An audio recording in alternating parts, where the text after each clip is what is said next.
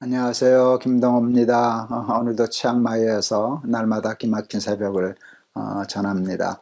하나님께 감사드리고 또 여기에 참여해 주신 여러분들에게 깊은 감사를 드립니다.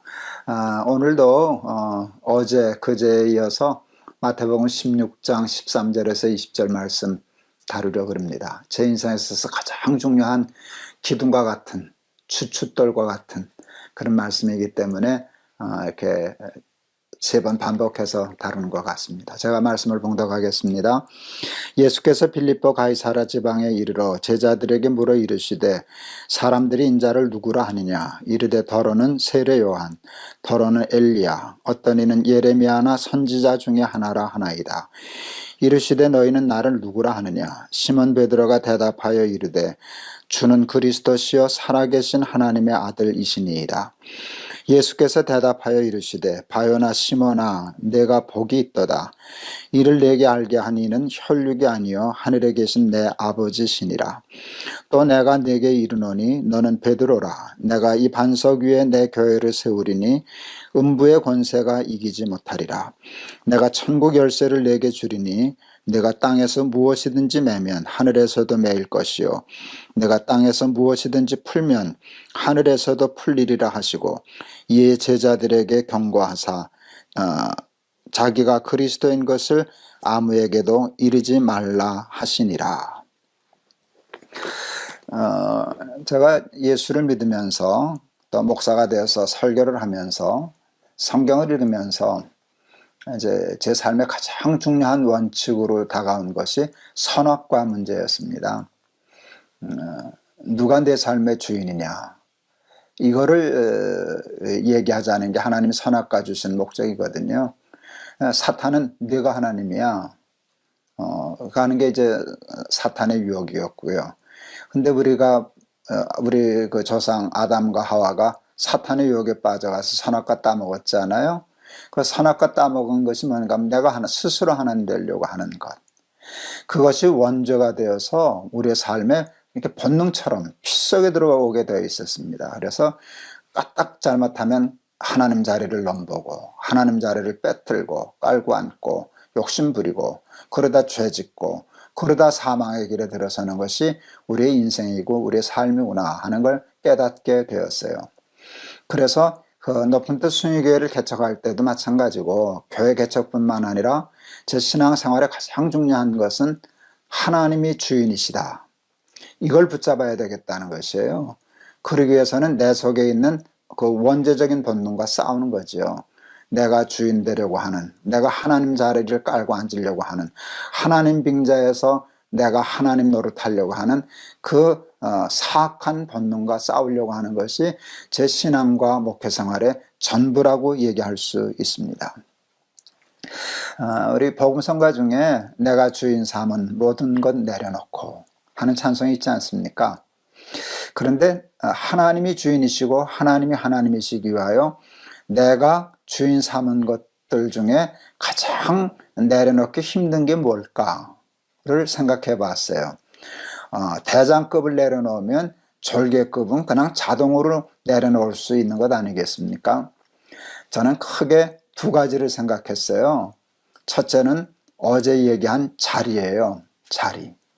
높은 뜻 순위교회에서 은퇴하면서 내 자리 만들지 말자. 내 역할 크게 하지 말자. 느보산의 모세가 되자 하는 것이었어요. 그래서 정말 그런 느보산의 모세 같은 은퇴해 보려고 흉내내고 발버둥질 쳤어요.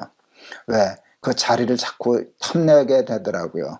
나도 원로 목사하고 싶고 가서 인정받고 싶고 끝까지 영향력을 행사하고 싶고 그런 본능이 사람인데 있지 않겠습니까? 근데 그걸 제법 열심히 싸우고 지금도 싸우고 있는 중입니다. 하나는 자리고요. 또 하나가 뭘까 하면 그것보다 조금 더 어려운 것 같아요.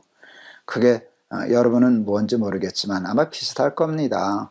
저는 그게 돈이었어요. 돈, 지갑. 제가 이제 설교 중에 가끔 그 얘기를 하는데요. 어느 날 하나님이 제 돈 지갑에, 하나님께 대해서 불경스러운 표현인데요. 제 돈 지갑에 눈독을 들이신다는 느낌을 받았어요. 순간 찝찝하더라고요. 제가 하나님께 그랬어요. 하나님, 저 해와 달과 별 다 하나님 겁니다. 저는 해와 달과 별에는 욕심이 없더라고요. 이 지갑 돈 몇 푼 안 들었는데 뭐 하나님 이런 걸로 이렇게 눈독을 들이십니까? 저 해와 달과 별 다 하나님 겁니다. 근데 하나님은 나한테 안 넘어가시죠. 제 지갑에 집중하시더라고요. 그날 제가 굉장히 중요한 걸 깨달았어요. 아, 지갑의 주인이 내 주인이구나. 저는 다른 거 다 해와 달과 별은 하나님께 다 드릴 수 있어요. 근데 지갑은 드리고 싶지 않아요. 그건 내 마음대로 하면 좋겠어요. 그 자리보다도 더 힘든 게 돈의 주인이, 물질의 주인이 누구냐라고 하는 건데요. 그거 참 쉽지 않아요.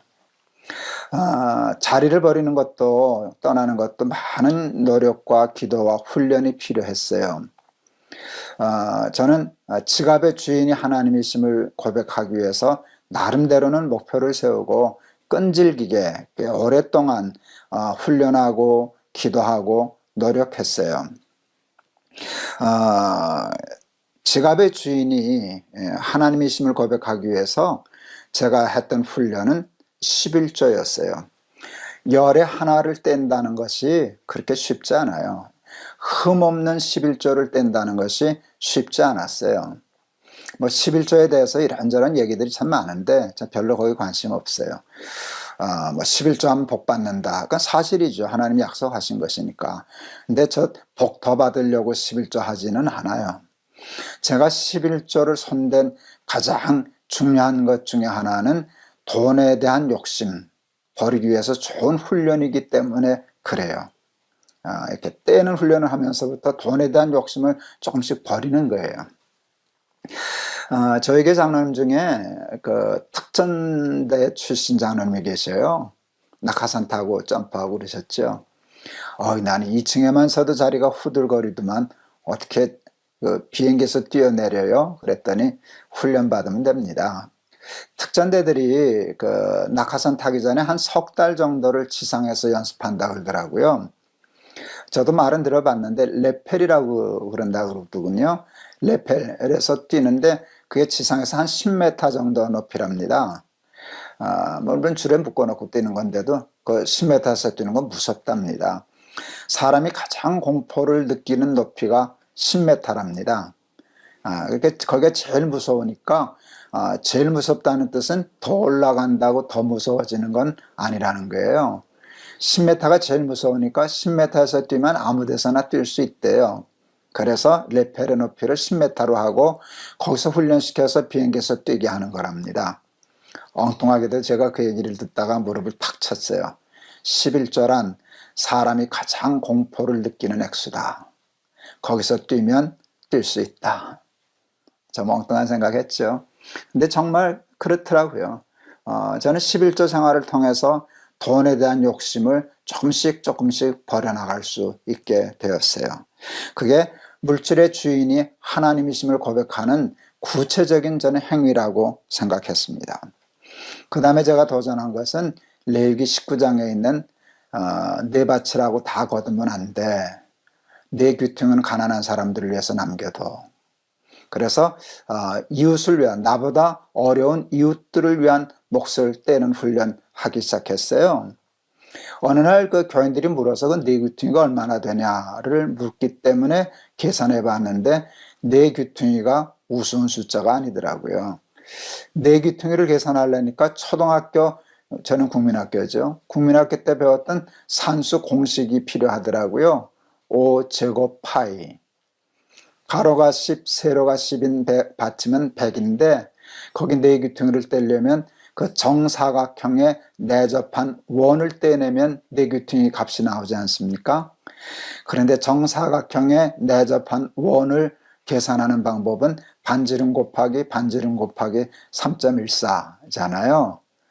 그래서 계산했더니 78.5가 되더라고요. 그게 무슨 뜻이에요? 네 귀퉁이가 21.5%라는 거예요. 충격이었어요. 귀퉁이인 줄 알았더니 귀퉁이가 아니에요. 생사를 뜯어내는 것처럼 그 어마어마한 부담이었어요. 교인들에게 그것까지 요구하기는 정말 좀 힘들었어요. 근데 그거 실천해 보려고 최소한 그 이상 떼고 살아보려고 부친애를 썼고 아이들에게도 그것은 가르치고 훈련시켰어요. 그래서 내가 번 돈 중에는 하나님이 내게 허락하신 내 몫이 있어. 그리고 집도 살 수 있고 잘 모으면 차도 살 수 있고 여행도 갈 수 있지. 그 하나님 그러라고 주신 거야. 그런데 하나님의 몫이 있단다. 11조 그는 건들지 말아라. 그리고 가난한 자의 몫이 있단다. 그거 너 혼자 벌어서 다 먹고 하지 말고 가난한 자들, 어려운 사람들과 나누면서 살거라 하는 얘기 했었어요. 저희 아이들 그걸 잘 실천하고 노력합니다. 그 다음에 마지막으로 도전한 것은 희년이었어요. 부모님이 주신 재산이 좀 있었는데요. 하나님이 제게 주신 것도 있어서 그거 부모님이 주신 거 없어도 살만 하더라고요. 있으면 더 좋지만 희년 될 때는 다시 원상복구하는 것이 있었잖아요. 그래서 그거 아이들하고 여러 차례 의논하고 또 이렇게 단계를 밟아가다가 그거 하나님께 드려서 이제 PPL이라는 재단 세워서 지금까지 하고 있습니다. 제가 어제부터 자꾸 이게 이제 조심스러워서 제가 하는데 간증은 자랑이잖아요. 근데 제가 노력은 하지만 숨어 있는 걸 어떻게 하겠습니까? 근데 이제 하도 많이 해서 이걸 자랑으로 하고 싶은 마음은 없습니다. 그런데 정말 간증하고 싶어요. 뭐냐면 신앙은 구체적인 것이거든요. 신앙이 추상적이 되면 힘이 없거든요. 말만 입으로 주여 주여 하는 자마다 다 하나님 나라에 들어가는 게 아니라고 예수님 말씀하셨잖아요. 그래서 하나님이 주인이시다 하기 위해서 자리는 어떻게 쌓았고 또 물질은 어떻게 관리해서 그 욕심을 버렸나 하는 얘기 하고 싶습니다.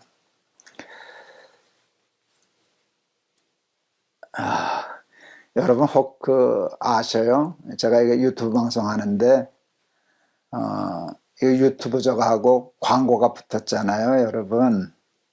얘기 안 하려고 그랬었는데요. 근데 하려고 그래요. 이 광고를 많이 나와요, 여러분. 여러분들이 많이 들으시기 때문에 꽤 많이 나와요. 제가 사실은 은퇴 후에 제가 생활비로 쓰는 것보다 더 많이 나와요. 그거 나 11조 내고 내가 저 가서 내가 쓴다 그렇게 하면 굉장히 넉넉해질 것 같아요. 그런데 감사하게도요, 그게 욕심이 잘 안 생기네요. 그냥 조금 빠듯한 것 같지만 그냥 연금 나오는 거로 사는데 크게 부족함이 없거든요. 부족함이 없는 게 아니라 사실은 넉넉하죠. 감사하죠. 그런데 거기다 뭘 더 욕심을 부리겠어요. 그래서 그 광고비 나오는 거는 하나님을 위해서 잘 써보려고 정 급하면 저도 한 귀퉁이는 조금 뗄랍니다. 한 11조 떼듯이 뜰는지 모르겠지만 뭐 그렇게 큰 욕심이 없습니다. 그런데 그게 이렇게 참 마음이 편하더라고요. 거기에 그렇게 큰 욕심이 안 생긴다는 일이 하루아침에 된 것은 아니고요, 여러분. 그렇게 돈에 대해서 그런 훈련을 하다 보니까 이렇게 돈이 꼭 많아야만 풍족히나 쓰고 싶은 대로 다 써야만 행복한 게 아니라는 걸 배우게 되니까 그런 것이 되지 않나 이렇게 싶습니다. 그래서 우리 이 유튜브에서 나오는 이 돈도 아주 귀한 일에 하나님 나라를 위해서 잘 판단해서 요긴하게 잘 쓰면 좋겠다. 왜? 그 주인이 하나님이시니까. 이거 날마다 기막히세요. 하나님 말씀해서 제가 돈 버는 사람 됐어야 되겠습니까? 하나님이 다 주셨는데. 그래서 이제 그런 삶을 연습하면 처음부터 쉽지는 않은데 그래도 조금씩 발전하게 되는 거 느끼고 그렇습니다. 쓸데없는 얘기했나 조심스럽습니다. 여러분 하나님이 주인이십니다는 고백처럼 중요한 고백은 없습니다. 그게 신앙이기 때문에 그렇습니다. 내가 주인 노릇하지 않고 내가 주인 삼은 모든 것 다 내려놓고 하나님이 주인이십니다. 저는 청지기입니다. 선한 청지기로 잘 맡아 관리하게 하옵소서. 그렇게 되면 여러분 오늘 이 말씀의 가장 큰 결론이 뭔지 아세요? 어제, 그제, 오늘 마태복음 16장 그러는데 내가 이 반석 위에 내 교회를 세우리니 음부의 권세가 이기지 못하리라. 그러고 또 있어요. 천국의 열쇠 줄 거야. 내가 땅에서 매면 하늘에서 매이고 땅에서 풀면 하늘에서 풀릴 거야. 그렇게 하나님이 주인 되심을 고백하며 발버둥 치면은요, 하나님이 저희를 믿어주시고요, 저에게 천국 열쇠를 주신다 그러셨어요. 예, 그렇게 하면은요, 땅에서 매면 하늘에서 매이고 땅에서 풀면 하늘에서 풀리리라. 그 권세를 하나님이 주시는데 저 증인하라면 증인할 수 있어요. 부족하지 않아요. 풍족해요. 하나님이 정말 형통의 복을 주셨어요. 말할 것 없어요. 제 삶을 모래 위에 짓지 않고 반석 위에 집을 짓는데 신앙 고백처럼 중요한 것이 없습니다. 여러분, 우리 사랑하는 날마다 기막힌 새벽 우리 친구 여러분, 입으로만 하나님 믿는 사람 되지 말고 제일 힘든 가장 구체적인 십자가를 치고 하나님께 순종하여 살아서 우리의 인생이 반석 위에 세워지고 천국의 열쇠를 받아서 천국을 이 땅에서도 열고 닫으며 사는 그런 복의 증인들 다 되실 수 있기를 주의 이름으로 축원합니다. 오늘 찬송 542장 구주 예수 의지함이 심히 기쁜 일일세 찬송하려고 합니다. 예수 믿으면서 많은 걸 포기하고 손해보는 것 같지만 하나님이 주신 얻는 것이 얼마나 많은지 모릅니다. 구주 예수 의지함이 심히 기쁜 일일세. 예수 믿는 것은 받은 증거 많도다. 축복도 많지요. 그러니까 증거가 많지요. 예수 귀한 예수 믿음 더욱 줍소서. 돈 자리 욕심이 아니라 믿음, 더 잘 믿으면 좋겠다 하는 믿음의 욕심 가지고 살아가기를 바라서 이 찬송 골랐습니다. 구주 예수 의지함이 심히 기쁜 일일세. 영생 허락 받았으니 의심 아주 없도다. 예수 믿는 것은 받은 증거 많도다. 예수 귀한 예수 믿음 더욱 주소서. 구주 예수 의지함이 심히 기쁜 일일세. 주를 믿는 나의 마음 그의 피에 적시네. 예수 믿는 것은 받은 증거 많도다. 예수 귀한 예수 믿음 더욱 주소서. 구주 예수 의지하여 죄악 벗어버리네. 안위 받고 영생함을 주께 모두 얻었네. 예수 믿는 것은 받은 증거 많도다. 예수 귀한 예수 믿음 더욱 주소서. 구주 예수 의지하여 구원함을 얻었네. 영원 무궁지나도록 주여 함께 하소서. 예수 믿는 것은 받은 증거 많도다. 예수 귀한 예수 믿음 더욱 주소서.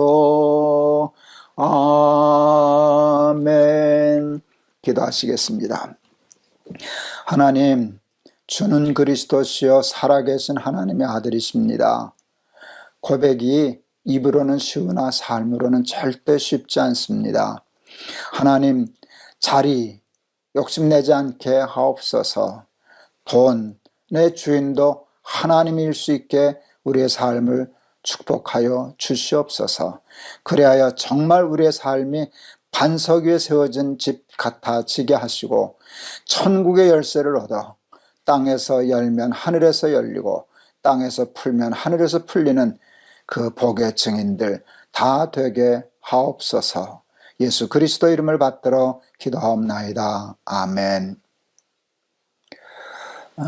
오늘도 방송 잘 마쳤습니다. 듣기는 쉬워도 살기는 어렵지만 또 불가능한 일은 아닙니다. 하나님 앞에 매달려 하다 보면 조금씩 우리의 삶의 믿음의 진보가 나타나리라 생각합니다.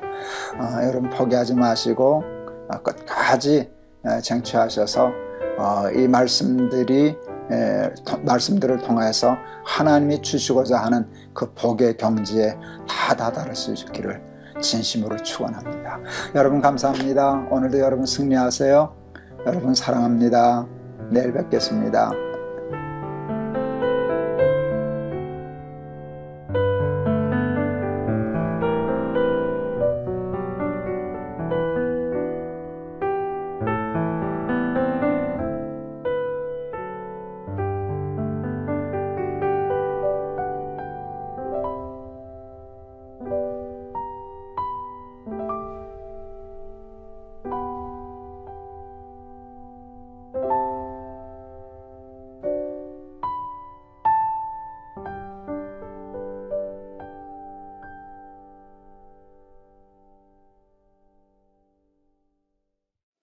안녕하세요. 김동호입니다. 오늘도 우리 날마다 기막힌 새벽 은혜를 사모해서 이 자리를 찾아 나오신 여러분들을 환영합니다. 하나님께서 더 기뻐하시고 여러분들에게 귀한 은혜로 채워주실 줄을 믿습니다. 오늘 봉독할 말씀은 시편 21편 1절에서 7절입니다. 제가 봉독하겠습니다. 여호와여 왕이 주의 힘으로 말미암아 기뻐하며 주의 구원으로 말미암아 크게 즐거워하리이다. 그의 마음의 소원을 들어주셨으며 그의 입술의 요구를 거절하지 아니하셨나이다. 주의 아름다운 복으로 그를 영접하시고 순금관을 그의 머리에 씌우셨나이다. 그가 생명을 구하며 주께서 그에게 주셨으니 곧 영원한 장수로서이다. 주의 구원이 그의 영광을 크게 하시고 존귀와 위엄을 그에게 입히시나이다. 그가 영원토록 지극한 복을 받게 하시며 주의 앞에서 기쁘고 즐겁게 하시나이다. 왕이 여호와를 의지하오니 지존하신 이의 인자함으로 흔들리지 아니하리이다. 다윗은 왕이었습니다. 여러분, 왕은 우리가 상상하는 이상의 권력과 부와 힘과 능력을 가진 사람이었습니다. 한마디로 말하면 그는 자기가 마음먹고 생각한 대로 살 수 있었고 자기가 욕심부리는 일은 다 이룰 수 있는 그런 존재였습니다. 세상에 왕과 같이 그렇게 자기 마음대로 마음껏 살 수 있는 사람이 어디 있었겠습니까?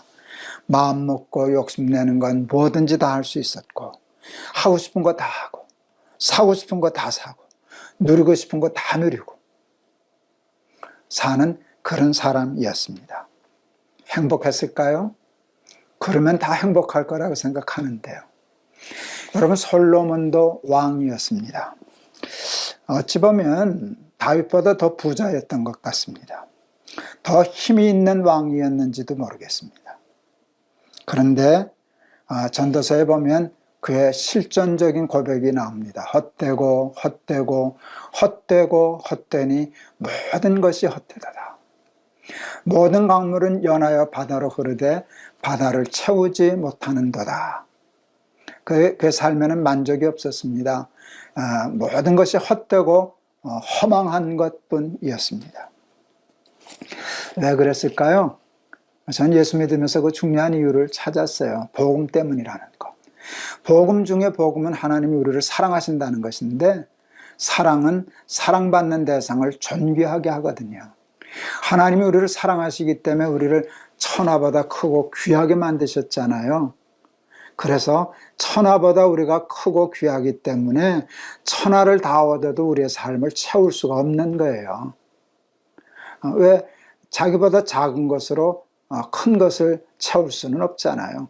적은 것으로 큰 것을 채울 수는 없잖아요. 우리가 천하보다 크기 때문에, 솔로몬이 천하보다 귀하고 컸기 때문에, 솔로몬은 천하를 다 얻은 몇 안 되는 사람 중에 하나였지만 채울 수가 없었어요. 모든 강물이 연하여 바다로 흐르되 바다를 채우지 못하는도다 고백했잖아요. 그리고 그것에서 만족을 누리고 기뻐하고 행복하려고 했던 모든 시도가 헛되다고 그렇게 고백하지 않았습니까?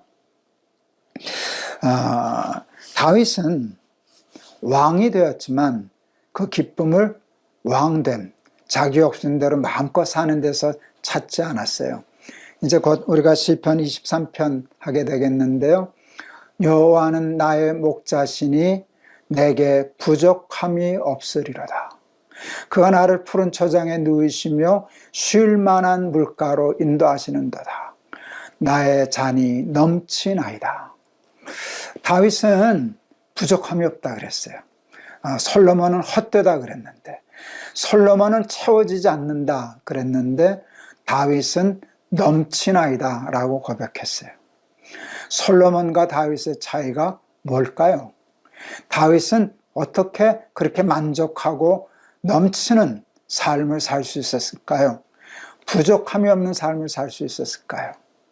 솔로몬은 그 부족함이 없는 만족한 삶을 자기의 왕된 권력과 가지고 있는 부와 힘에서 찾았는데, 다윗은 그와 같은 힘을 가지고 있었음에도 불구하고 그것에서 삶의 만족과 기쁨과 행복을 구하지 않고 믿음에서 구했거든요.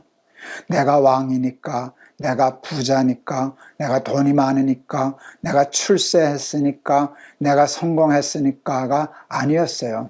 단 하나의 조건을 걸었어요. 여호와는 나의 목자시니, 이게 나의 잔이 넘치나이다, 부족함이 없습니다 라고 하는 엄청난 삶의 고백을 하게 된 유일한 조건절이에요. 하나님이 내 목자시기 때문에 나는 부족함이 없다. 오늘도 보세요. 오늘도 말씀을 보세요. 21편 1절. 왕이, 여호와여, 왕의 힘으로 말미암아 기뻐하며, 그렇게 얘기하지 않고요. 여호와여, 왕이 주의 힘으로 말미암아 기뻐하며 주의 구원으로 말미암아 크게 즐거워하리이다. 주의 구원과 주의 힘을 의지하고 살기 때문에, 왕이었음에도 자기 힘을 의지하지 않고요, 하나님의 힘을 의지하고 살았어요. 그랬더니 기쁨이 충만하고 은혜가 충만하고 삶의 감격과 만족과 축복이 충만한 삶을 살았습니다. 7절 말씀도 좋아요. 왕이 여호와를 의지하오니 지존하신 이의 인자함으로 흔들리지 아니하리이다. 흔들리지 아니하리이다. 에릭 프롬이 소유냐 삶이냐라고 하는 책을 썼어요. 그러면서 인간을 소유형의 인간과 존재형의 인간으로 나누었어요. 소유형의 인간은 삶의 의미와 목적과 가치를 to have 하는데 두고 사는 사람, 소유에 두고 사는 사람이에요. 무엇을 먹을까, 무엇을 입을까, 무엇을 마실까를 생각하고 사는 사람이죠. 보통 우리가 다 거기 속했죠. 존재형의 인간이란 소유를 무시하거나 뭐 그러진 않지만 삶의 의미와 목적을 소유에 두지 않고 인간이 인간답게 존재하는 데 두고 사는 사람이었어요. 하나님이 사탄에게 욥을 자랑합니다. 너 세상에 욥 같은 사람 봤냐? 너 그렇게 순전한 사람 봤냐? 이렇게 자랑하니까 사탄이 시비를 겁니다. 그게 괜히 그런 줄 아세요? 하나님이 욥을 특별히 많이 축복해 주시지 않습니까? 그 부자 아닙니까? 소유가 하늘을 둘러 덮이지 않았습니까? 그것 때문에 하나님 앞에 아부하는 척하는 것이죠. 하나님 때문에 그러는 게 아닙니다. 다시 말하면 욥은 사탄은 욥을 소유형의 인간으로 몰아붙였습니다. 근데 하나님이 아니랍니다. 아니야. 욥은 많은 소유를 가진 부자이기는 하지만 소유형의 인간은 아니야. 그는 나 때문에 기뻐하고 나 때문에 행복해하는 존재형의 인간이야. 그게 이제 싸움이 붙으니까 시험해 봐야 되지 않겠습니까? 사탄이 하나님의 허락을 받아 욥의 소유를 다 쳤습니다. 만일 욥이 솔로몬처럼 소유를 의지하고 자기의 재산을 의지하고 자신의 부함을 의지하고 사는 소유형의 인간이었다면, 솔로몬과 같은 사람이었다면 그냥 넘어졌을 거예요. 거기 기댔으니까 소유에 기댄 사람이 소유가 무너지면 같이 무너지지 않겠습니까? 근데 욥이 그때 근사하게 얘기하잖아요. 주신 자도 여호와시요 취하신 자도 여호와시오니 여호와의 이름이 찬송을 받으실지니이다. 그는 하나님 기대고 살았어요. 많은 돈이 있었음에도 불구하고 돈 의지하지 않았어요. 권력 의지하지 않았어요. 하나님 의지하고 사니까 돈이야 있다가도 없어지고 권력은 있다가도 무너지지만 하나님이 무너집니까? 그러니까 돈이 무너질 때, 소유가 무너질 때 욥의 삶은 무너지지 않았어요. 다윗도 똑같은 이치지요. 그는 왕이었지만 왕을 의지하지 않았어요. 거기에 삶의 중심을 두지 않았어요. 하나님을 의지하고 하나님께 기대고 하나님께 기도함으로 흔들림이 없었어요. 7절 또 읽어야죠. 왕이 여호와를 의지하오니 지존하신 이의 인자함으로 흔들리지 아니하리이다. 다윗은 흔들리지 않았죠. 욥도 이겨낼 수 있었죠. 우리는 하나님을 믿는다고 하면서도 삶의 중심이 세상에 있을 때가 참 많아요. 그래서 세상적으로 형통하고 잘 되면 기뻐하다가 그게 무너지면 함께 무너져서 우울해지고 불행해지고 하나님을 원망하고 흔들리지 않습니까? 왕이 돼도 좋지요. 부함 있으면 좋지요. 그러나 그거 의지하고 그거 기대고 그걸 성공이라고 생각하며 살지 말고 하나님으로 내 삶의 성공을 삼고 하나님을 의지함으로 부하면 부한 대로, 가난하면 가난한 대로, 왕이 되면 왕이 된 권력을 가진 대로, 그거 없어서 비천하면 비천한 대로 항상 기뻐하고 범사에 감사하는 그런 다윗과 같은 삶을 사는 사람이 된다면 여러분, 다윗과 같이 흔들림이 없는 놀라운 축복의 삶, 구원의 삶을 우리도 이 땅에서 살아낼 줄을 믿습니다. 세상에 일희일비하며 세상에 따라 오르락내리락하며 하는 그런 삶 살지 않고 평생에 가는 길 편하든지 큰 풍파로 험하든지 내 주 예수 나 함께 계시오니 내 마음이 늘 편하다. 이런 찬송할 수 있는 신앙의 대인들이 다 될 줄을 믿습니다. 우리 한번 그런 삶에 도전하는 저와 여러분들 다 되실 수 있기를 축원합니다. 우리 95장 찬송 오늘 골라봤습니다. 나의 기쁨 나의 소망 되시며 나의 생명이 되신 주 밤낮 불러서 찬송을 드려도 늘 아신 마음뿐일세. 나의 기쁨 나의 소망이 주께 있습니다.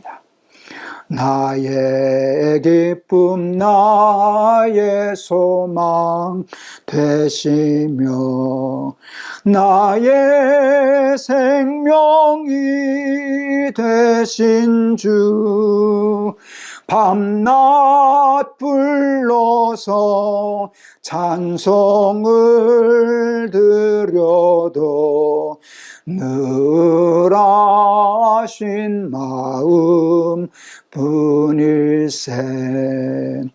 나의 사모하는 선한 목자는 어느 꽃다운 동산에 양의 무리와 늘 함께 가셔서 기쁨을 함께 하실까. 길도 없이 거친 넓은 들에서 갈 길 못 찾아 애쓰며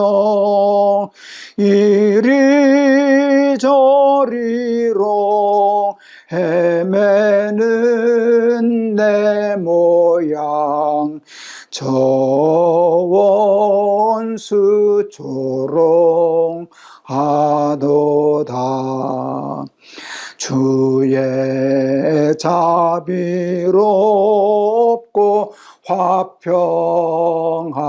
얼굴 모든 천사도 반기며 주의 놀라운 진리의 말씀에 천지가 화답하도다. 나의 진정 사모하는 예수님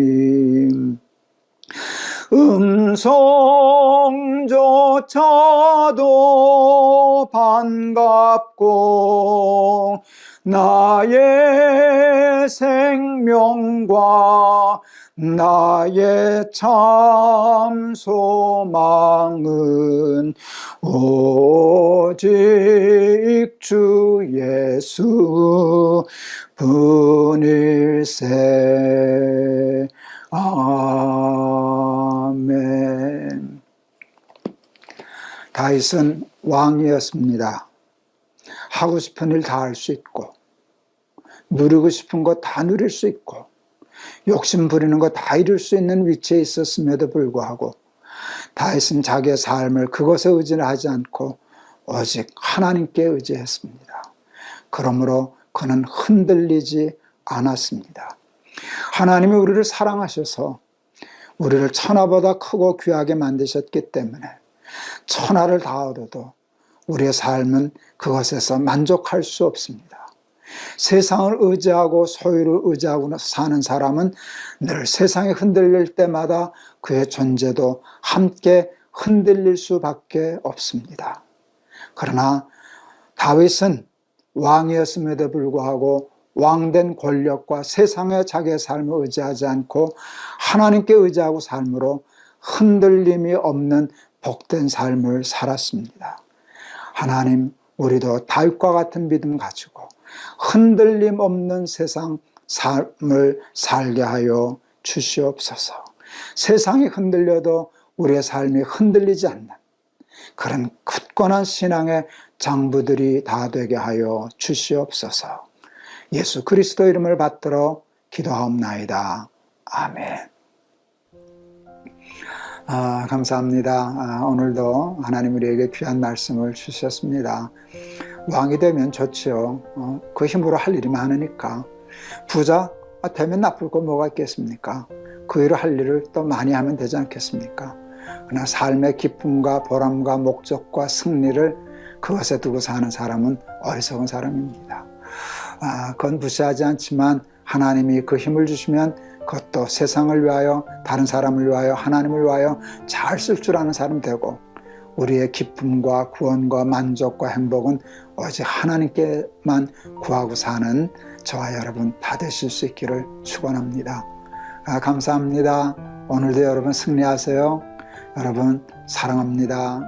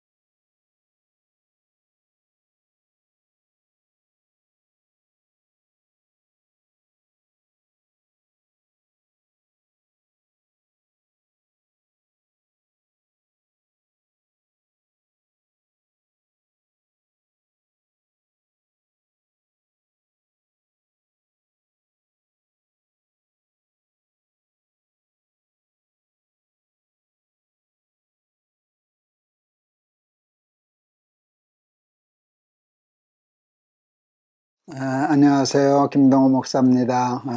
오늘도 우리 날마다 기막힌 새벽 나오신 여러분들을 진심으로 환영하고 하나님의 말씀, 은혜의 배고픔, 줄이고 목마름으로 나오신 여러분들에게 하나님이 약속하신 대로 은혜의 배부름, 말씀의 배부름을 허락해 주시리라 이렇게 믿습니다. 오늘 하나님이 저와 여러분에게 주시는 말씀은 시편 121편입니다. 시편 121편 1절에서 마지막 절까지 제가 봉독하겠습니다. 내가 산을 향하여 눈을 들리라. 나의 도움이 어디서 올까?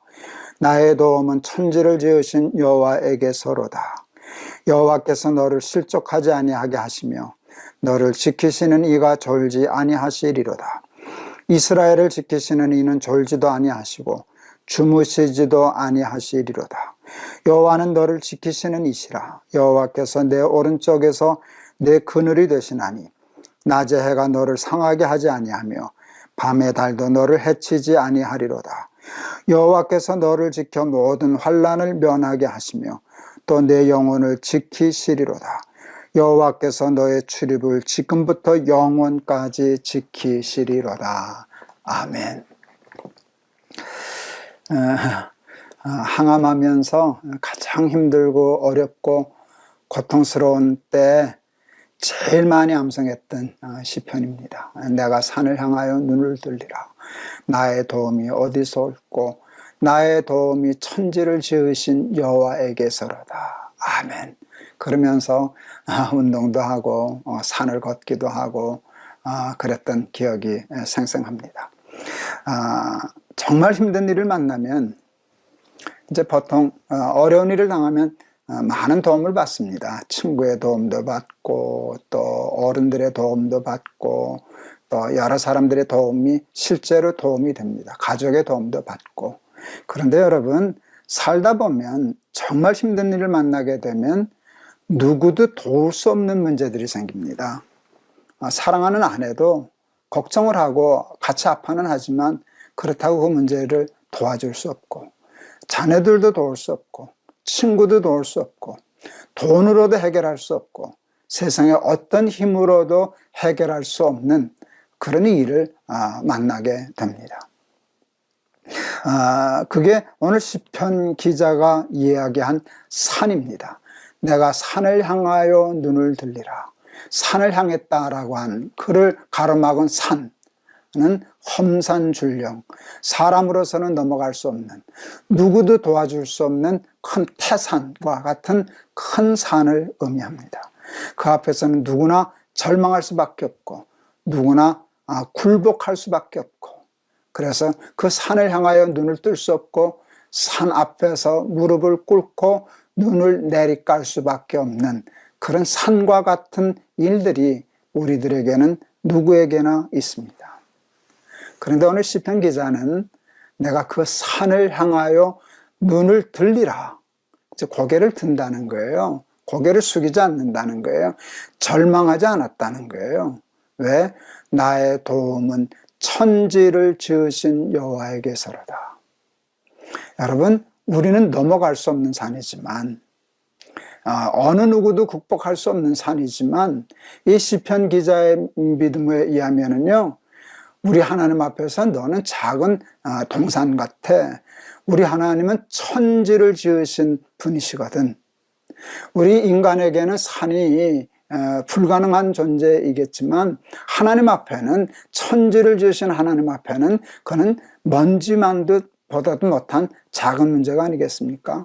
그러니까 누가 나를 도와줄까? 사람들은 절망할 때 나의 도움은 천지를 지으신 여호와에게서로다.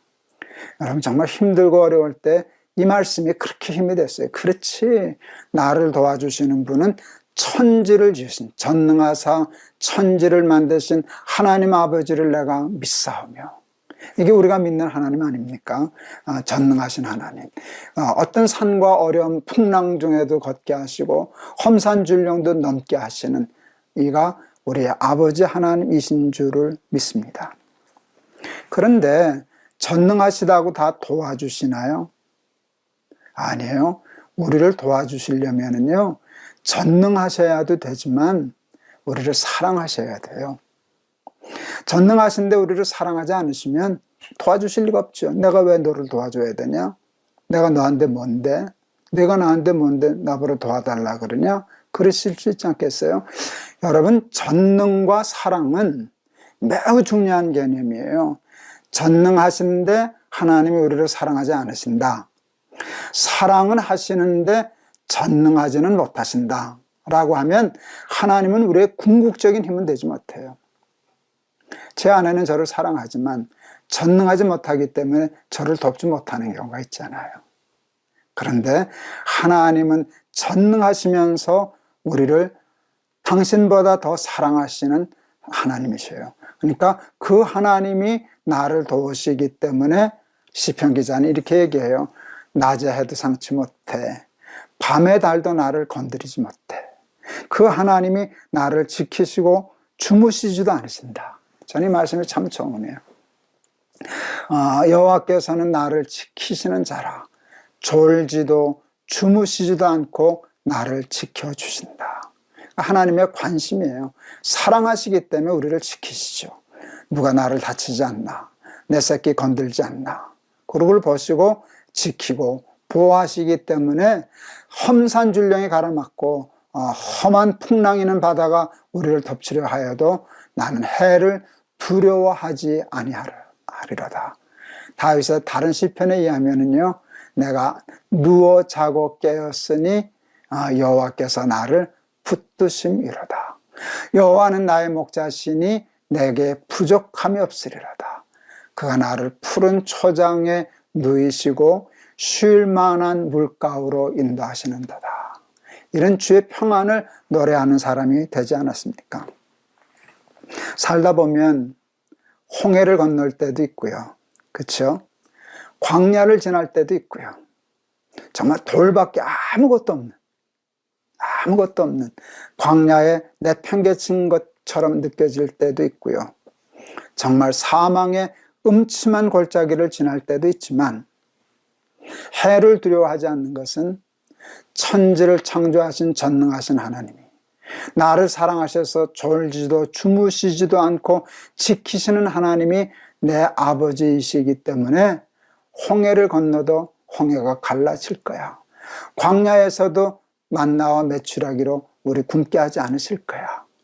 사망의 음침한 골짜기를 다녀도 하나님의 지팡이와 막대기가 나를 안위하셔. 원수 앞에서 상을 베푸시고 나의 잔을 넘치게 해주셔.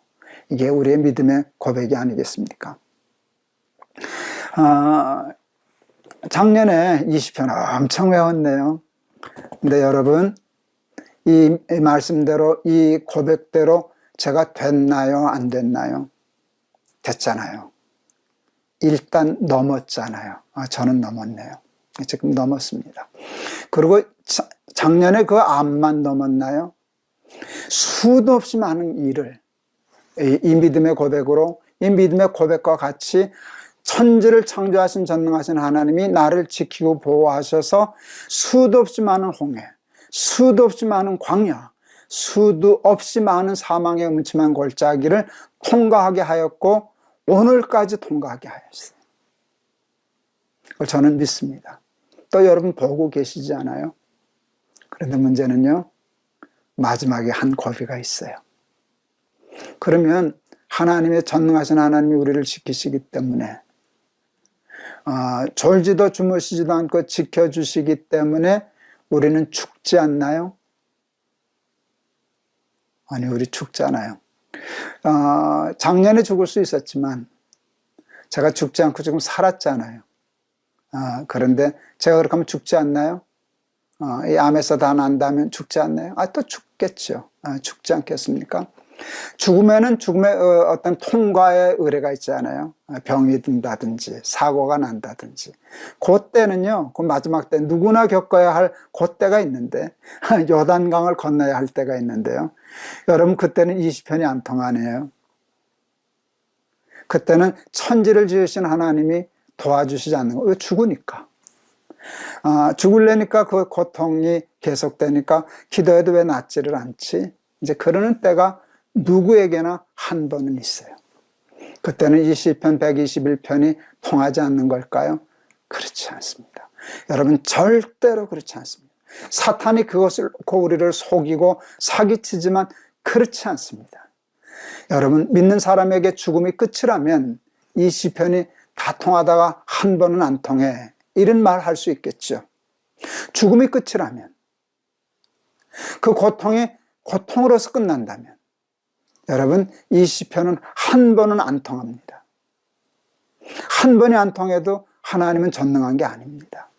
한 번이 안 통해도 하나님은 우리를 사랑하시고 지키신 게 아닙니다. 그런데 여러분, 죽음은 우리에게 정해진 것이고 한 번은 건너가야 되는데, 그때에도 천지를 지으신 하나님께서 사망의 산을 넘게 하실 거잖아요. 그래서 다시는 아픔과 고통과 고난이 없는, 괴로움이 없는 영원한 하나님의 나라로 우리를 옮겨주실 거잖아요. 그러므로 여러분, 이 시편 121편의 말씀은 한 번도 어김없이 우리에게 통하는 믿음의 고백이 되는 줄을 믿습니다. 여러분, 힘들고 어려울 때 이 말씀을 암송하세요. 10번, 20번 자꾸 읽어서 마음에 새겨서 암송하세요. 여러분, 정말 힘들 때 성경 자꾸 걸어 다닐 수 없잖아요. 걸으면서도 내가 산을 향하여 눈을 들리라. 나의 도움이 어디서 올꼬? 나의 도움이 천지를 지으신 여호와에게서로다. 사망아, 너의 이기는 것이 어디 있느냐? 사망아, 너의 쏘는 것이 어디 있느냐? 우리에게 이김을 주시는 하나님께, 예수 그리스도로 말미암아 우리에게 이김을 주시는 하나님께 감사하리로다. 이렇게 승리의 외침을 외치면서 험산줄령을 향해서도 눈내리 깔지 말고, 죽음의 눈앞에서도 절망하지 않고, 승리하며 당당하게 믿음의 품위를 지키고 가호를 지키고 살아가는 우리 날마다 기막힌 새벽, 우리 사랑하는 친구들 되실 수 있기를 주의 이름으로 축원합니다. 우리 날기새 우리 식구들 중에는 저처럼 암 환자들이 많잖아요. 이 시편은 참 좋은 시편이에요. 내가 산을 향하여 눈을 들리라. 나의 도움이 어디서 올꼬? 나의 도움이 천지를 지으신 여호와에게서로다. 이 믿음을 가지고요, 암에게 굴복하지 마세요. 고통도 이겨내세요. 통증도 이겨내세요. 그 이길 힘 달라고 하나님께 기도하세요. 하나님이 나를 도와주시고, 하나님이 나를 지켜주시고, 하나님이 나보다 더 아파하신다 하는 것을 믿고, 이 시편 121편의 고백으로 승리하는 삶 살아가는 저와 여러분 다 되실 수 있기를 축원합니다. 오늘 383장, 오늘 이 시편 121편 가지고 그 가사대로, 그 시편대로 가사한 찬송입니다. 눈을 들어 산을 보니 도움 어디서 오나? 천지 지은 주 하나님 나를 도와주시네. 아멘. 나의 발이 실족치 않게 주가 깨어 지키며 택한 백성 항상 지켜 길이 보호하시네. 눈을 들어 산을 보니 도움 어디서 오나? 천지 지은 주 하나님 나를 도와주시네. 나의 발이 실족 않게 주가 깨어 지키며 택한 백성 항상 지켜 길이 보호하시네. 도우시는 하나님이 내게 그늘 되시니 낮의 해와 밤의 달이 너를 상치 않겠네. 내게 화를 주지 않고 혼을 보호하시며 너의 출입 지금부터 영영 인도하시리. 아멘. 시편 121편은 항암 중에 부족한 것이 가장 많이 암송하고 외워서 힘을 얻었던 생명의 말씀입니다. 내가 산을 향하여 눈을 들리라. 나의 도움이 어디서 올꼬? 나의 도움이 천지를 지으신 여호와에게서로다. 여호와는 나를 지키시는 자라. 졸지도 아니하시고 주무시지도 아니하시리니 낮에 해도 나를 상치 못하고 밤에 달도 나를 상치 못하리로다. 여호와께서 나를 지켜 지금부터 영원까지 나의 출입을 인도해 주시리로다 하는 말씀이 얼마나 큰 힘이 되었는지 하나님이 아십니다. 그리고 이번에도 이 말씀이 이 삶에서 통해서 그 큰 암의 항암의 산을 넘고 오늘에 이르게 하신 하나님께 감사하고 찬송합니다. 그러나 저도 언젠가는 마지막 때가 있어서 넘지 못하는 산이 있는 것처럼 보이지만 사람들은 그것을 넘지 못했다고 착각할 수도 있지만 고통을 이겨내지 못하고 죽었다라고 얘기할 수 있지만 아닙니다. 그 죽음의 산도 영생으로 부활로 우리를 넘겨주실 하나님을 믿습니다.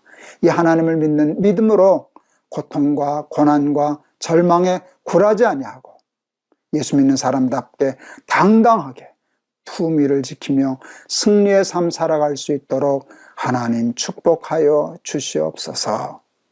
우리 고난당하는 많은 우리 식구들 이 말씀 때문에 힘없고 승리할 수 있게 도와주시고 사탄에 대하여 죽음에 대하여 고난에 대하여 큰 소리 칠 수 있는 용기를 이 말씀 속에서 얻게 하여 주옵소서.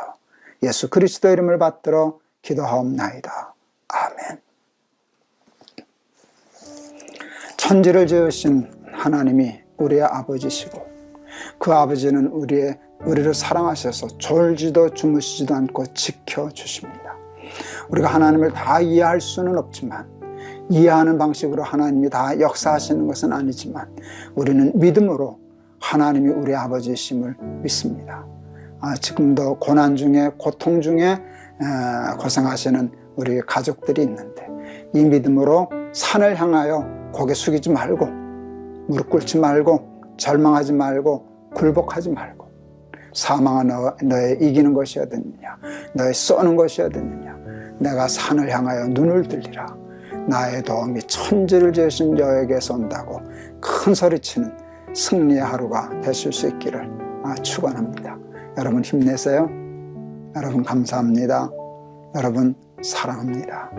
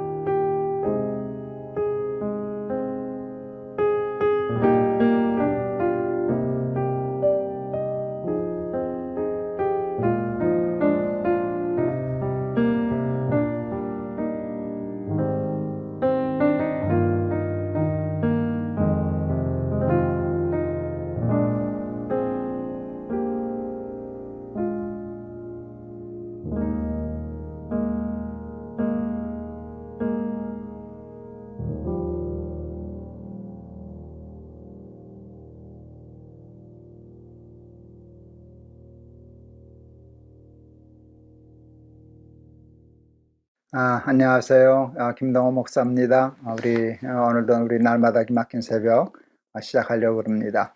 오늘은 요한복음 두 번째 시간입니다.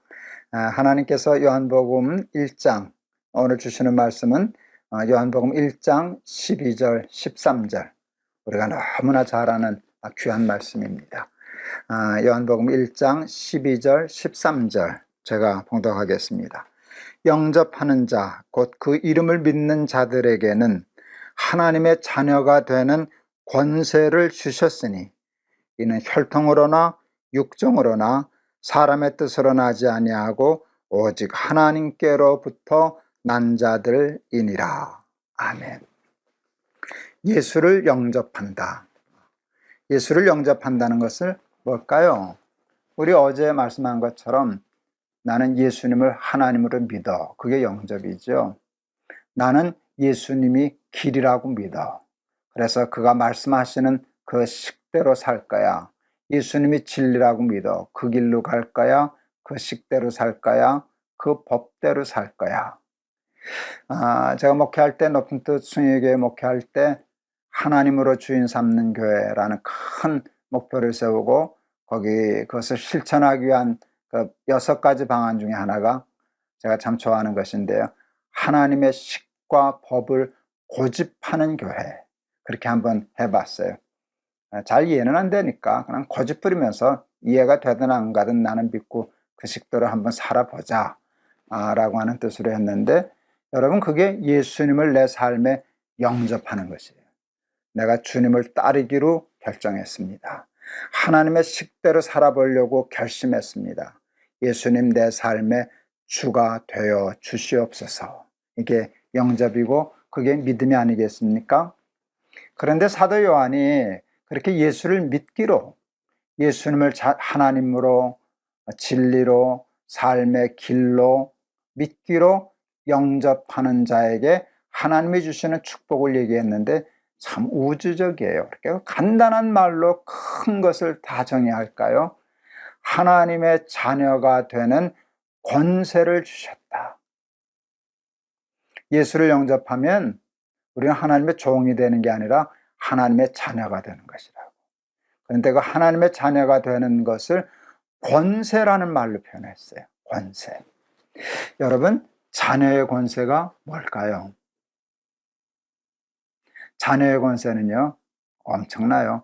아버지께 내 거거든요. 아버지께 내 거예요. 애들이 학교 갔다 친구들 집에 들어올 때 혹 이렇게 얘기할 거예요. 야, 우리 집 갈래? 그래요. 여러분, 우리말로 우리 집이란 말은 자기 집이라는 뜻이에요. 그러니까 아이들이 자기 집에 가자는 거예요. 이 순 도둑놈들이. 자기 10원도 안 붙여놓고. 그 아빠 집이지 어떻게 자기 집이겠어요? 그런데 걔는 우리 아빠 집 갈래? 그렇게 얘기 안 해요. 아이들이 많이, 야, 우리 아빠 집 갈래? 그렇게 하면 머리 핑핑 돌아가는 아이들은 이렇게 얘기할걸요. 너 엄마 아빠 이혼했냐? 뭐 아빠 집이 따로 있고 너희 집은 따로 있냐? 우리 집이지 어떻게 아빠 집이냐? 그러지 않겠습니까? 우리 집이에요. 아빠 집이니까 우리 집이에요. 꽤 오래전 얘기인데요. 이제 어느 코미디언이 있었는데 지금도 아주 활발하게 활동하는 코미디언 중에 하나인데, 그 코미디언 그 집에 친구들이 전화를 했어요. 거기 아무개 집이죠? 하고 전화를 했더니 그 전화를 그 아버님이 받으셨대요. 그랬더니 그 아버님이 더 이렇게 아주 재미있으신 분이셨어요. 아니다, 내 집이다. 그래서 얼마나 웃었는지 모르겠습니다. 여러분, 아버지 집이니까 그 아들 집이죠. 그게 여러분 자녀의 권세가 아니겠습니까? 예수를 믿으면 우리는 하나님의 아들, 하나님의 딸이 되는데요. 하나님 나라가, 하나님의 집이, 천국이 나의 집이 되고 나의 삶이 되는 줄을 믿습니다. 왜 하나님이 나를 따르라, 나를 믿으라 하시는가 하면 하나님 나라를 주시고 싶으셔서, 당신의 집을 우리 집에게 상속시켜 주시고 싶으셔서 하나님이 우리에게 당신을 믿고 따르라 권면하시는 줄을 믿습니다. 마태복음 16장 13절 이하에 보면 베드로의 신앙 고백이 나와요. 너희는 나를 누구라 하냐? 그랬더니 베드로가 기가 막힌 고백을 하죠. 제 신앙생활에 있어서도 목회에 있어서도 가장 중요한 핵심이 되었던 신앙 고백. 주는 그리스도시요 살아계신 하나님의 아들이십니다. 이렇게 고백하니까 예수님이 너무너무 좋아하시는 거예요. 너무너무 좋아하시면서 그에게 많은 축복과 상을 약속하셨는데요. 그 중에 하나가 이거잖아요. 내가 천국의 열쇠를 내게 주리니 내가 땅에서 매면 하늘에서 매이고 땅에서 풀면 하늘에서 풀리리라. 천국의 열쇠를 말씀하시더라고요. 그런데 여러분, 천국의 열쇠가 다시 말하면 자녀의 권세잖아요. 천국은 하나님 나라고요. 그렇죠? 하나님 나라. 그 열쇠를 우리에게 주셨다는 뜻이 뭐예요? 그건 내 거야. 그건 내 나라야. 다 넣어주려고 만들었지. 내 거거든요. 다 내 거야. 이렇게 말씀하시는 거예요. 천국의 열쇠가 되시겠다는 것은 천국의 주인이 되게 해주시겠다는 말씀이고, 그것이 곧 자녀의 권세가 아니겠습니까? 제가 집회 참 많이 했었는데요. 집회 갈 때마다 첫날 하는 설교는 오늘 요한복음 1장 12절에서 13절이었어요. 자녀의 권세라는 제목으로 설교했는데 제가 다 꼼꼼히 세보진 않았는데요. 대충 1년에 집회 몇 번 다니나 몇 년 했나 이렇게 꼽아보니까 600번은 더 했겠더라고요. 이 설교를. 자녀의 권세. 아마 여러분 혹시 찾아보시면 이곳저곳에서 했던 그 설교 찾으실 수도 있으실 거예요. 요한복음 1장 12절 13절 자녀의 권세. 거기서도 이제 제가 얘기했던 그 예화 중에 하나인데요. 큰아이가 이제 대학에 입학했을 때 한동대를 갔잖아요. 포항에 이렇게 멀리 떨어져 놓고 저거 하니까 갑자기 돈 떨어지면 고생할 것 같아서 그때 크레딧 카드를 만들어 줬어요. 아내가 아직 아이인데 카드를 주냐고. 근데 이제 어른인데 돈 다스릴 줄도 알아야지 하고 카드를 주었어요. 그놈이 긁으면 그냥 내 통장에서 돈 나가는 거예요. 한 1년 남짓 우리 아내가 늘 이렇게 지켜보더라고요. 쓸 만큼 썼나, 쓸 때 썼나. 이렇게 지켜보는데 어느 날 우리 아내가 저한테 이렇게 얘기했어요. 부열이가 철들었어요. 왜? 그랬더니 돈을 허투루 안 써요. 꼭 필요한 데 쓰고 애가 철이 들었어요. 여러분, 철들었다는 말은 굉장히 중요한 말이에요. 철든 자식은 부모가 믿거든요. 그 다음부터는 그 카드를 어디 썼나 이렇게 유심히 보지 않았어요. 믿는 자식을 뭘 지켜보겠어요. 어디 어느 날 돈이 많이 나갔으면 필요한 데가 있었는가 보다 하고 보면 꼭 필요한 데가 있어서 썼어요. 자식을 믿으니까 카드를 주더라고요. 카드를 주더라고요. 만일 그 아이가 카드 줬다고 주머니를 쓰고 저거 했으면 아마 회수했을 거예요. 그렇죠? 그리고 잘라버렸을 거예요. 그럼 카드 못 썼을 거예요. 근데 아이가 철이 드니까, 내가 아이를 믿게 되니까 카드를 주더라고요. 그 다음에 신경 안 쓰더라고요. 여러분, 지 돈이 내 돈인지는 모르나 내 돈은 지 돈이지요. 이제 뭐 아이들이 다 장성해서 자기가 뭐 다 생활하니까 그거 같지만 저는 아직도 아이들 있으면 주고 싶어요. 내게 어디 있어요? 다 아이 거죠. 예, 아이 거죠. 아이가 쓰면 더 좋죠. 저희 집에 아내가 쓰는 조그만 차가 하나 있어요. 우리 막내놈이 지금 장사를 하는데 그 차가 꽤 유익한가 봐요. 엄마 차를 잘 빼들어 타요. 가능하면 그거 가지고 나가려고 그래요. 근데 사실은 우리도 그 차가 좋거든요. 어디 시내 다니기가 좋더라고요. 주차하기도 좋고. 그런데 그놈이 아침에 주중에는 저희 집에서 지금 있는데요. 주말에는 제주도 가서 살고 팔자자 온 자식이. 근데 물어요. 오늘 이 차 타도 돼요? 그럴 때 100번 물으면 100번 되지. 내가 쓰는 것보다 내가 쓰는 게 더 좋은데. 그게 부모 마음 아니겠어요? 여러분, 카드 믿으니까 내 돈 다 주고 싶어요. 내게 어딨냐? 다 내 거지. 그때 제가 깨닫게 됐어요. 자식을 믿으니까 카드를 주는구나. 예수님이 베드로를 믿으시니까 열쇠를 주시는구나. 만일 철이 안 들었으면 못 주죠. 아까워서가 아니라 타락할까봐, 잘못될까봐 열쇠 못 맡기죠. 근데 철든 자식에게는 카드를 맡길 수 있어요. 그래서 제가 조금 우스갯소리에서 차마 이렇게 얘기하죠. 그때는 카드가 없어서 열쇠를 주셨구나. 지금 성경을 쓰신다면 이렇게 쓰실 줄도 모르겠다.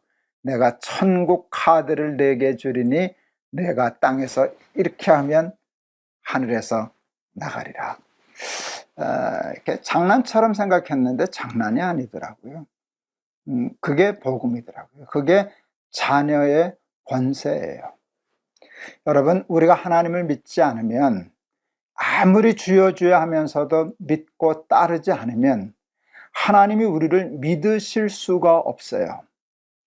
철 안 든 자식에게 어떻게 카드를 맡기겠습니까? 부모가 돈이 아까워서 안 주겠습니까? 카드가 아까워서 그러겠습니까? 아니요. 아이가 아까워서 카드를 못 줘요. 중요한 건 철드는 거예요. 부모로부터 신뢰를 얻는 거예요. 하나님을 믿으면 하나님이 우리를 믿으세요. 하나님이 우리를 믿으시면 하나님은 아까운 게 없으시거든요. 다 주고 싶으시거든요. 다 줘도 잘못되지 않을 테니까 천국 열쇠를 내게 주리니 땅에서 매면 하늘에서 매이고 땅에서 풀면 하늘에서 풀리리라. 저는 그게 자녀의 권세라고 생각했어요. 예수 잘 믿는 사람이 되었으면 좋겠어요. 얼만큼 잘 믿는 사람이 되었으면 좋겠나. 하나님이 나를 믿으시리만큼 잘 믿었으면 좋겠어요.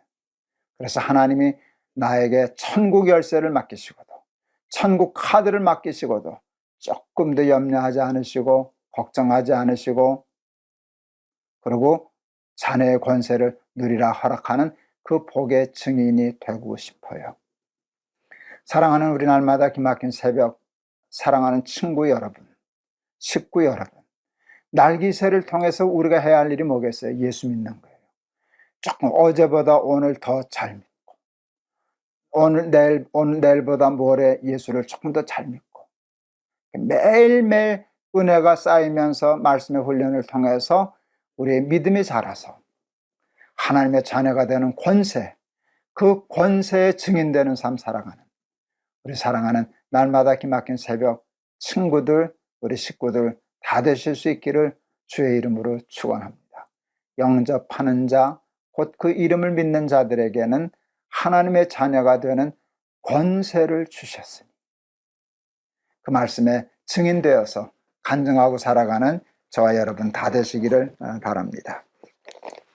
288장 찬송 오늘 골랐습니다. 예수를 나의 구주 삼고 성령과 피로써 거듭나니 이 세상에서 내 영혼이 하늘의 영광 누리도다. 천국 열쇠를 받았으니까, 천국이 내 것이 되었으니까, 이것이 나의 간증이요 이것이 나의 찬송일세. 나 사는 동안 끊임없이 구주를 찬송하리로다. 예수를 나의 구주 삼고 성령과 피로서 거듭나니 이 세상에서 내 영혼이 하늘의 영광 누리도다. 이것이 나의 간증이요 이것이 나의 찬송일세. 나 사는 동안 끊임없이 구주를 찬송하리로다. 온전히 주께 맡긴 내 영 사랑의 음성을 듣는 중에 천사들 왕래하는 것과 하늘의 영광 보리로다. 이것이 나의 간증이요 이것이 나의 찬송일세. 나 사는 동안 끊임없이 구주를 찬송하리로다. 주 안에 기쁨 누림으로 마음의 풍랑이 잔잔하니 세상과 나는 간 곳 없고 구속한 주만 보이도다. 이것이 나의 간증이요 이것이 나의 찬송일세. 나 사는 동안 끊임없이 구주를 찬송하리로다.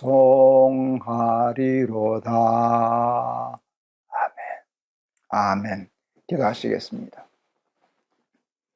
예수님으로 하나님 삼고 예수님으로 삶의 길을 삼고 예수님으로 삶의 식을 삼아 그 식과 법을 고집하고 살면 하나님은 우리들에게 천국의 열쇠를 주시마 자녀의 권세를 주시마 약속하셨습니다.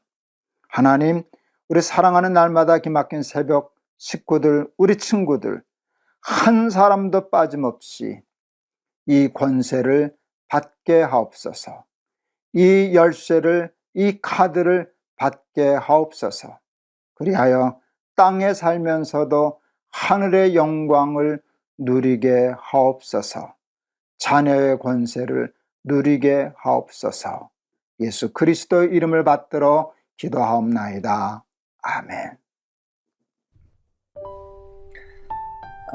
짧은 시간에 설교하느라고 저는 조금 힘들었습니다. 제가 제일 좋아하는 말씀이거든요.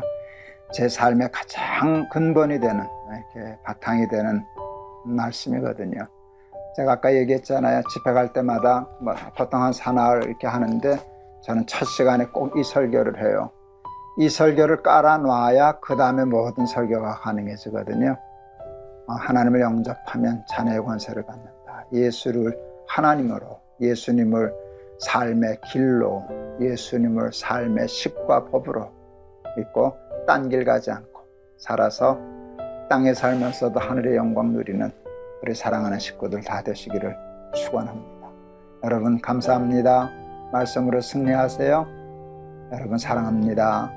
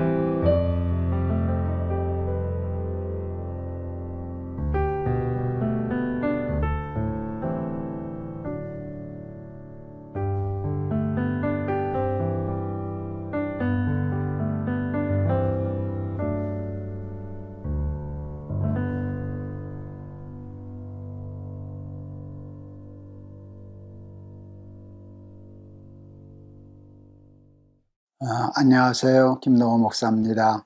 오늘도 우리 날마다 기막힌 새벽에 나오신 여러분들을 환영합니다. 의에 줄이고 목마른 자에게 배부름을 주시는 하나님께서 은혜에 줄이고 목마른 여러분들에게 은혜의 배부름을 허락해 주실 줄을 믿습니다.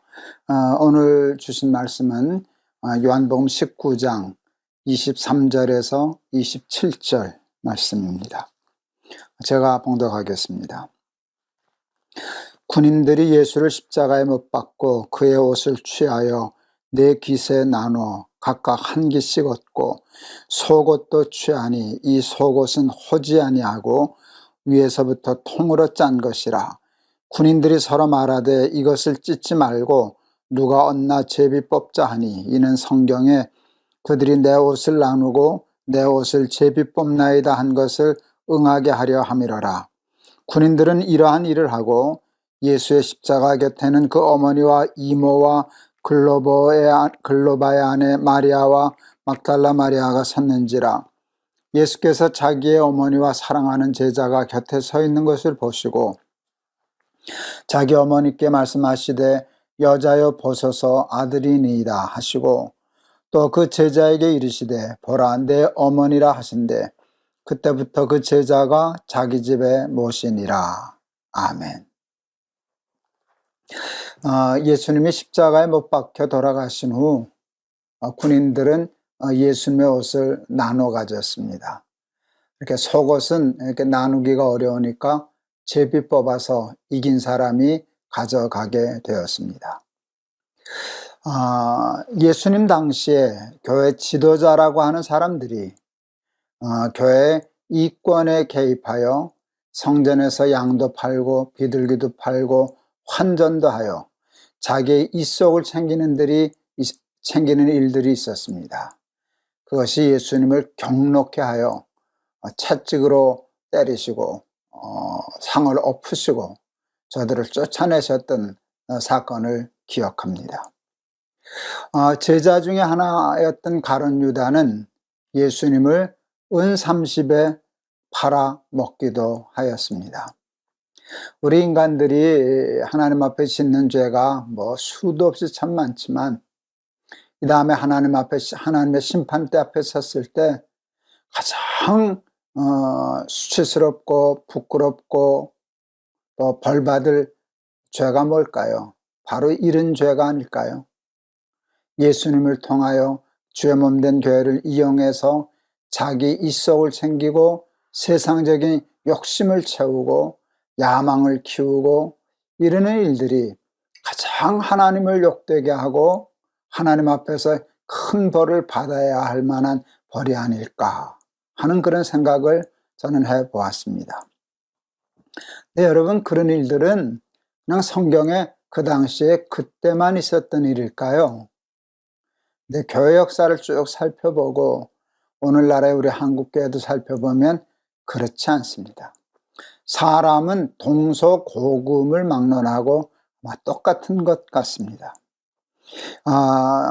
지금도 성전에서 양 팔고 비둘기 팔고 환전하듯 자기의 이속을 챙기려고 하는 사람들이 참 많이 있습니다. 전에 교회가 가난하고 좀 어렵고 돈도 없고 그럴 때에는 도리어 안전했습니다. 교회에서 자기 이속 챙길 일이 전혀 세상적으로 인간적으로 없었기 때문입니다. 그러므로 교회는 가난했지만 교회의 본질에 충실할 수 있었고 교인들도 그 본질 때문에 예수를 믿는 그런 사람들이 많았습니다. 그런데 교회가 커지고 돈도 많아지고 그리고 교회 숫자도 커지고 건물도 커지고 하니 거기에 세상적인 매력들이 들어오기 시작했습니다.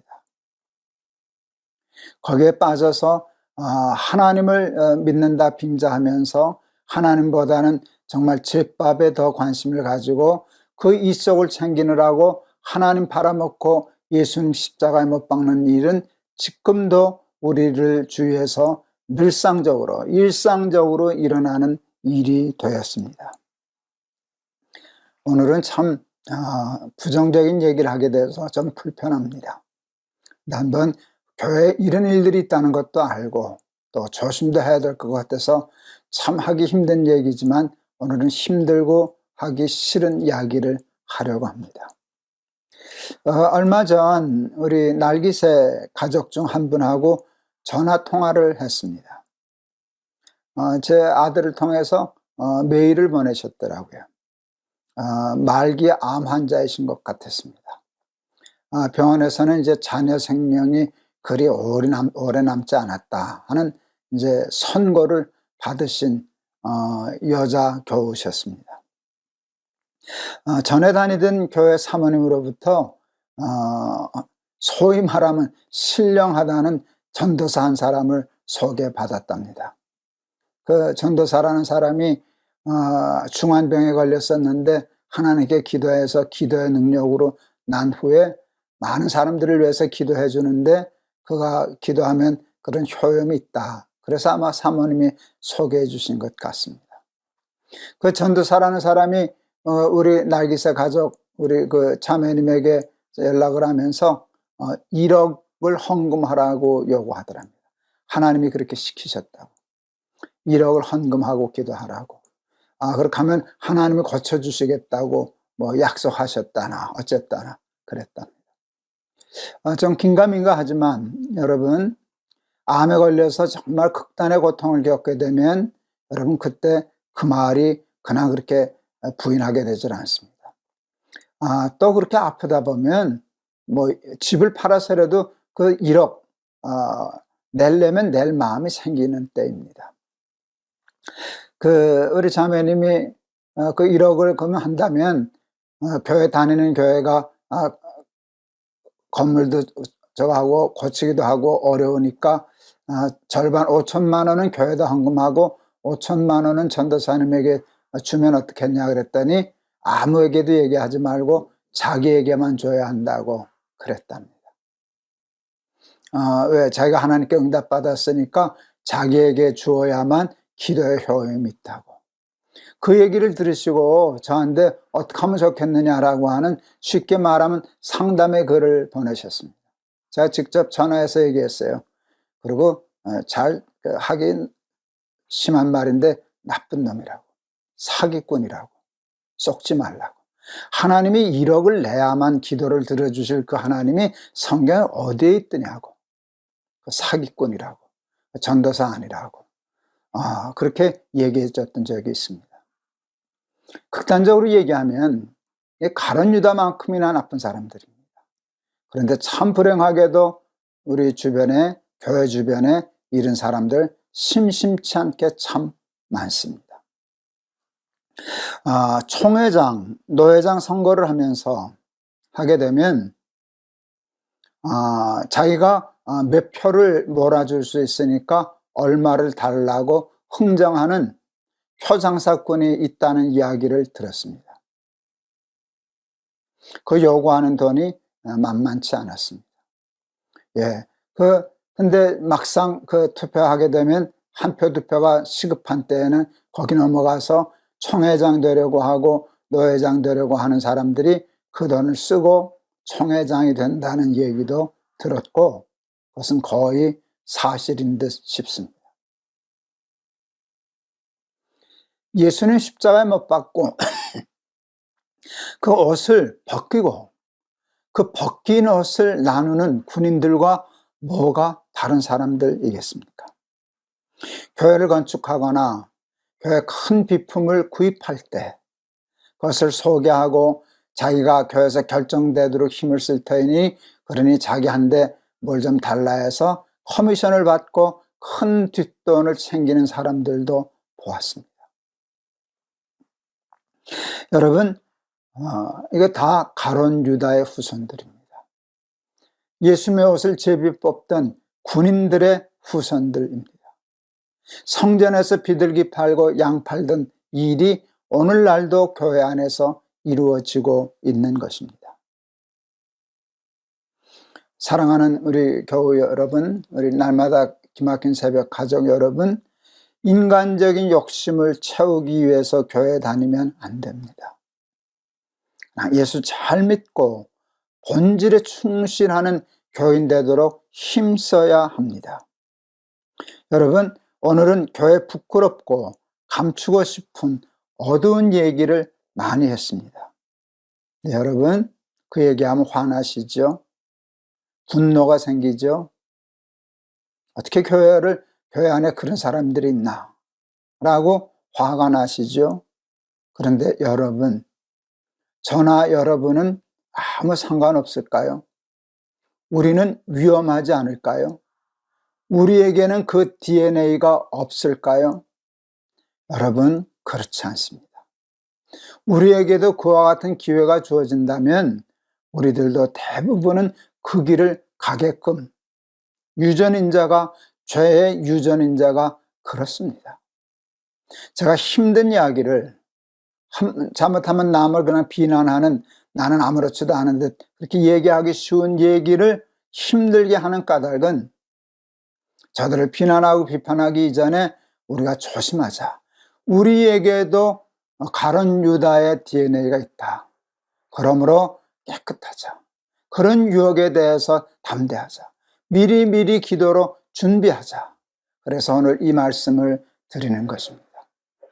세상에 죄가 많지만 예수님을 은 30배 팔아먹은 죄, 이것보다 부끄럽고 수치스럽고 민망한 죄가 어디 있겠습니까? 이 다음에 예수님 심판대 앞에서 예수님 만났을 때 그 예수님 옷 제비 뽑던 군인들 어디 가서 어떻게 얼굴을 눈을 뜨고 예수님을 바라볼 수 있겠습니까?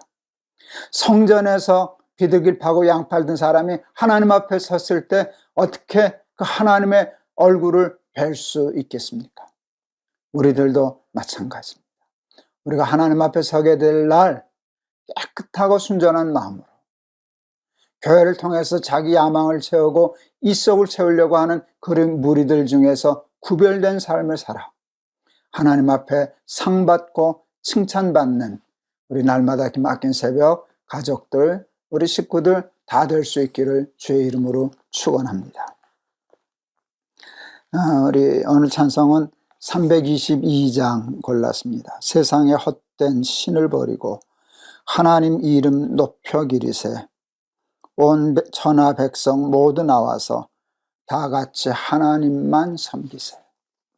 하나님만 섬긴다 그러면서 돈도 섬기고 자기 욕심 야망도 섬기고 이런 거 참 많은데 그거 다 버리고 세상의 헛된 신, 욕심, 그런 야망, 그런 헛된 생각 다 버리고 오로지 하나님만 섬깁시다 하는 마음으로 한번 우리 같이 부르시겠습니다.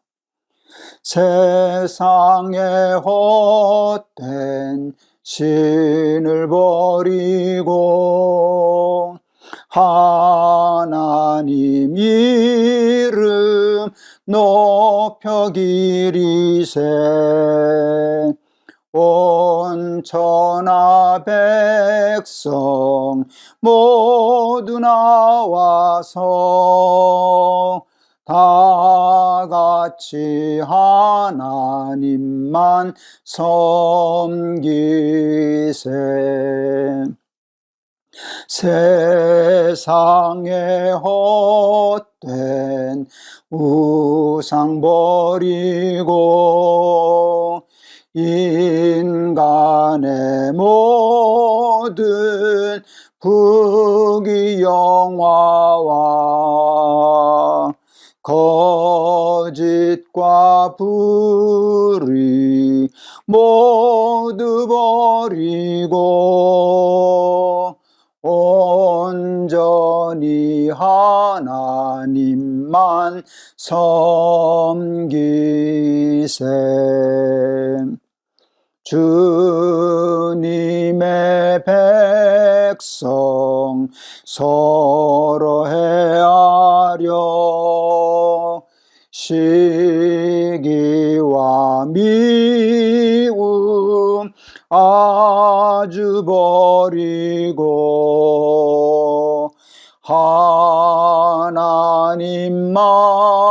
하나님만을 홀로 섬기는 천국을 어서 이뤄 주옵소서.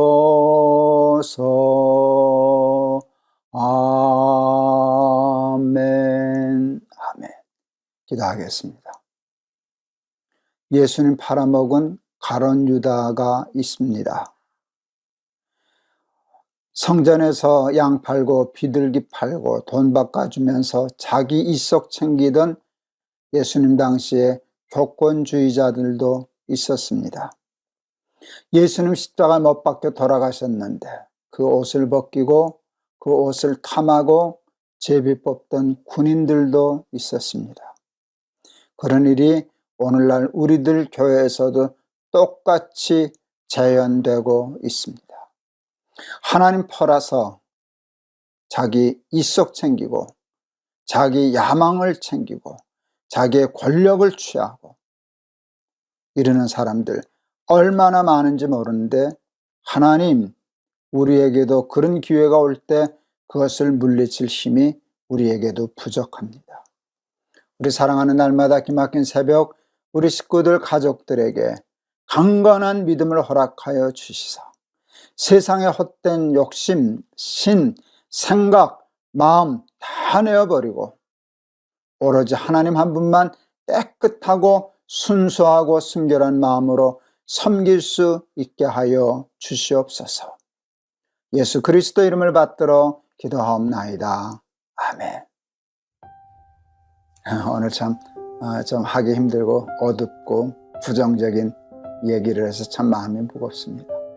그런데 그 DNA가 여러분 우리들에게도 있답니다. 큰 소리 칠 일이 못 됩니다. 늘 이런 얘기를 듣고 스스로 깨우쳐 방심하지 않고 조심하지 아니하면 우리도 모르는 사이에 휩쓸려 그 일을 하게 되는 겁니다. 우리 깨끗한 마음으로 세상의 헛된 욕심, 생각, 신 다 버리고 순수하게 하나님만 잘 섬기다 하나님 앞에 갈 수 있는 저와 여러분 다 될 수 있기를 주의 이름으로 축원합니다. 여러분 감사합니다. 여러분 오늘도 승리하세요. 여러분 사랑합니다.